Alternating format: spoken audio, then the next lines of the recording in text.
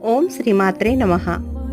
మార్గశిర లక్ష్మీ వార వ్రత సమయంలో అమ్మవారికి సమర్పించవలసినటువంటి నైవేద్యాల గురించి, అలాగే తెలంగాణ పద్ధతిలో పులగం తయారీ ఏ విధంగా తయారు చేయాలో తెలుసుకుందాం. మార్గశిర మాసంలో 5 గురువారాలు వ్రతం చేయవలసి ఉంటుంది.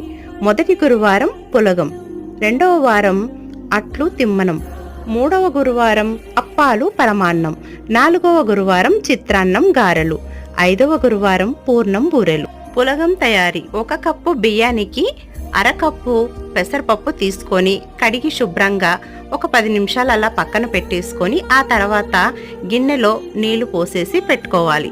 అలా ఉడుకుతున్నప్పుడు, అంటే దాదాపు 70% అయినప్పుడు కడిగినటువంటి జీలకర్ర, కొంచెం ఉప్పు వేసేసి ఉడికించుకోవాలి. కాస్త పొడి పొడిగా ఉన్నప్పుడే తీసి కొంచెం నెయ్యి, అలాగే తులసి దళం సమర్పించినట్లయితే శ్రీ మహాలక్ష్మికి, శ్రీ మహావిష్ణువుకి ఎంతో ప్రీతి.